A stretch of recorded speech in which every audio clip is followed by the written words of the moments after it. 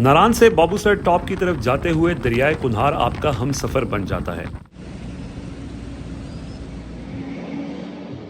Good morning from नारान। तो बस अभी सफर का आगाज कम करने लगे और आज नारान से ऊपर जाएंगे। अभी जाके नाश्ता करते हैं और उसके बाद फिर आगे जा जाएंगे आपके साथ। मॉर्निंग नाश्ते के बाद अब हम नारान से आगे बाबूसर टॉप की तरफ हमने सफ़र शुरू किया है। और ये नारान से बिल्कुल जब नारान से आप निकलते हैं तो ये आगे थोड़ा सा प्लान एरिया है और फिर इसके बाद आगे और बहुत सारे प्लान्स हैं और बटाकुंडी के मुकाम पे बहुत ज़बरदस्त एरिया है। लेकिन यहाँ पे ये जो नारान के बिल्कुल आप स्टार्ट किया है कुनार यहाँ से नारान में जाता है और उधर से झील से हमलूक का जो पानी आता है वो इसमें नारान के बिल्कुल आप स्टार्ट किया है कुनार यहाँ से नारान में जाता है और उधर से झील से हमलूक का जो पानी आता है वो इसके साथ शामिल होता है। तो देखें ऊंची ऊंची पीक्स हैं और उसके ऊपर जो धुंध है। फिर जो सबसे इम्पॉर्टेंट चीज़ जो यहाँ की मुकामी आबादी है उसका जो रहन सहन है वो भी बड़ा ज़बरदस्त है। तो कोशिश करेंगे कि वो आपको दिखाएं कि कच्चे मकान हैं लोगों के और यहाँ से ऊपर उस तरफ जो आबादी है वहाँ जाएंगे, उससे बात भी करेंगे लोगों से। यहाँ के लोगों के मसाइल भी बहुत ज़्यादा हैं क्योंकि ये 3-4 महीने के लिए ये एरिया खुलता है, उसके बाद यहाँ सब बंद हो जाता है, बर्फबारी शुरू हो जाती है, लोगों को यहाँ से जाना पड़ता है। सो अभी रश बहुत ज़्यादा है। आज सुबह रात को हम क्योंकि लेट पहुँचे थे तो उस वक्त शायद इतना रश नहीं था, लेकिन सुबह उठ के अंदाज़ा हुआ है कि बहुत ज़्यादा रश है और अभी लोग यहाँ से भी ऊपर गाड़ियाँ जा रही हैं। नारायण बाज़ार के अंदर भी बहुत रश है। हालांकि ये वीकेंड नहीं है, वीक डेज हैं, लेकिन उसके बावजूद भी बड़ा यहाँ पे रश है। अगर हमने ये भी देखा कि बहुत सी अफवाहें भी उड़ाई गई, कुछ लोग फेक वीडियोज़ शेयर कर देते हैं और उसमें भी पता ये चला है कि जो मुख्तलिफ वैलीज़ हैं जैसे स्वात वैली है, मरी वाले हैं, तो वो इस तरह की चीज़ें करते हैं ताकि लोग टूरिस्ट इधर से डाइवर्ट होकर उस तरफ जाएं। तो ये भी एक चीज़ है, लेकिन उसके बावजूद हमने तो यहाँ पे बिल्कुल क्लियर रास्ता है, लोग आ भी रहे हैं, रश भी है।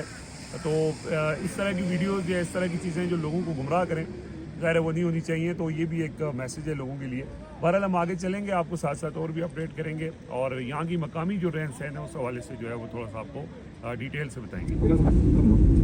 जैसे जैसे आप बुलंदी की तरफ बढ़ते हैं पहाड़ों का रंग बदलता है, कहीं सब्जा, कहीं बर्फ और कहीं पथरीली चोटियां। बटाकुंडी, जलखड, बैसर जैसे मकामात फितरत के अनमोल तोहफे मालूम होते हैं। वादी में जगह जगह आबशारें बहती हैं जिनकी ठंडी बूंदें और गिरता हुआ पानी किसी ख्वाब का मंजर मालूम होता है। नारान के करीब जलखड आबशार खास तौर पर मशहूर है। वादी कागान की सबसे खूबसूरती उसकी झीलें हैं।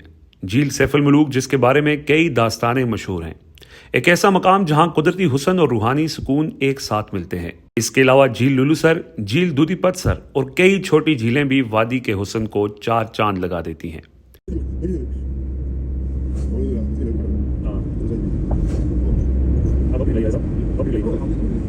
इस वक्त हम बटाकुंडी में पहुंच चुके हैं। ये भी बड़ी खूबसूरत जगह है। मैंने आपको बताया था, रास्ते में फुटेज में आप देखेंगे भी प्लेन्स हैं और ऐसी जबरदस्त वैली है, कमाल। और उस ज़ाहिर मौसम तो इसी तरह यहाँ पे रहता है मोस्टली। और यहाँ से दरिया गुजर रहा है। ये सामने होटल्स हैं। ये बटाकुंडी में इस जगह की बहुत ज़्यादा वैल्यू बढ़ चुकी है। उसकी वजह ये है कि बहुत बड़े बड़े जो कंपनीज हैं वो यहाँ पे इन्वेस्टमेंट कर रहे हैं और बड़े बड़े होटल्स बना रहे हैं। एक वो सामने एक रेप्लिका बनाया जा रहा है, इसके बारे में बताया गया है कि ये 3 स्टार होटल बनने जा रहा है और ये व्हाइट हाउस को उन्होंने रेप्लिकेट किया है, यानी जो अमेरिका का व्हाइट हाउस है उस तर्ज की बिल्डिंग बना रहे हैं, उसके साथ मारखोर और ये सारी चीजें।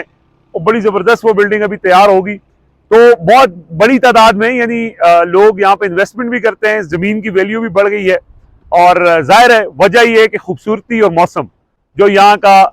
और इसके अलावा मतलब आपको एक ही जगह पे पहाड़ भी मिलते हैं, प्लेन्स मैदान भी मिलते हैं, दरिया भी मिलते हैं, झीलें बहुत ज्यादा हैं, झीलें भी मिलती हैं और उसके अलावा ज़ाहिर ट्रैकिंग भी आप कर सकते हैं। वो ये जो टॉप है इसके बारे में मैं जवाद भाई इधर आए जरा एक मिनट बताएं। ये जो टॉप है आप बता रहे थे, इसके पीछे क्या है और आप इसमें कहाँ तक गए हैं? रिजवान भाई यहाँ से जो है ना, ये पीछे ना कश्मीर वाला एरिया लगता है। अच्छा। इस साइड से थोड़ा सा हम आगे जाएंगे ना बड़वई के पास, वहाँ से ऊपर अभी तो उन्होंने कोई जीप का ट्रैक वगैरह भी वो बना रहे हैं, तो वहाँ से रत्ती गली वाली साइड पे भी ये वाला ट्रैक जा रहा है यहाँ से। अच्छा। तो ये जो एरिया लग रहा है ये पीछे कश्मीर वाली साइड, रत्ती गली वो वाली साइड है। इसी से आगे फिर आप जाएं, फिर नूरी टॉप है, फिर वहाँ से सराल लेक है और फिर दूधी पत्थर है। बहुत लंबा ट्रैक है ये। बहुत अच्छा। मजे का। और इस साइड पे कश्मीर लगता है। अब ये साइड आ गई हमारी कश्मीर। दूधी और पत्थर जाने के लिए यहाँ से जाना पड़ता है? दूधी पत्थर के लिए हमें मून रेस्टोरेंट जो बेसर है वहाँ से जाना पड़ता है। अच्छा, वहाँ उसका वो चलते है, हैं ना, हाँ वहाँ जी, से आप हमें दिखाएं, वो हम क्योंकि आपको ये भी दिखाते हैं बड़ा वो वाला जबरदस्त ट्रैक। ट्रैकिंग है। बड़े हमारे दोस्त भी आते हैं यहाँ पे ट्रैक करने के लिए। और ज़ाहिर है आप जैसे बता रहे हैं यहाँ से आगे कश्मीर है।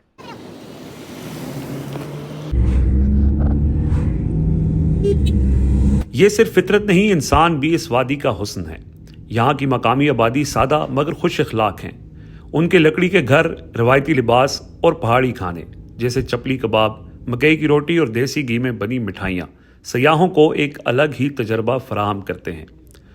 सर्दियों में जब बर्फ से पूरी वादी ढक जाती है तो ये मंजर यूरोप के किसी स्नो रिजॉर्ट जैसा मालूम होता है। और गर्मियों में हर सिमत सब्जा, फूल और ठंडी हवाएं एक जादू सा माहौल पैदा करती हैं। वादी कहान सिर्फ एक सियाहती मकाम नहीं बल्कि एक ऐसा तजर्बा है जो रूह को तरोताज़ा कर देता है। अगर आपने अभी तक इस जन्नत को नहीं देखा तो यकीन जानिए आपने कुदरत की सबसे हसीन तख्लीकात में से एक को मिस कर दिया है।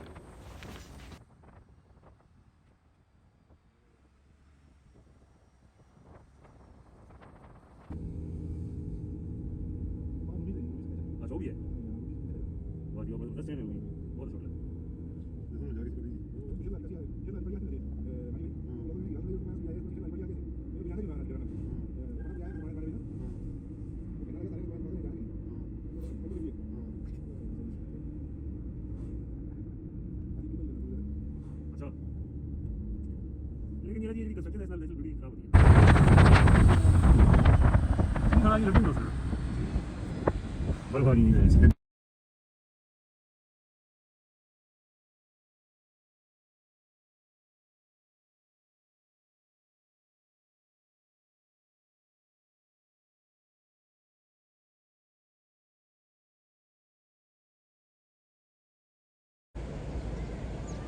दरिया के किनारे आबाद छोटे छोटे गांव, लकड़ी के घर और सब्ज खेत इस मंजर को और भी दिलकश बना देते हैं।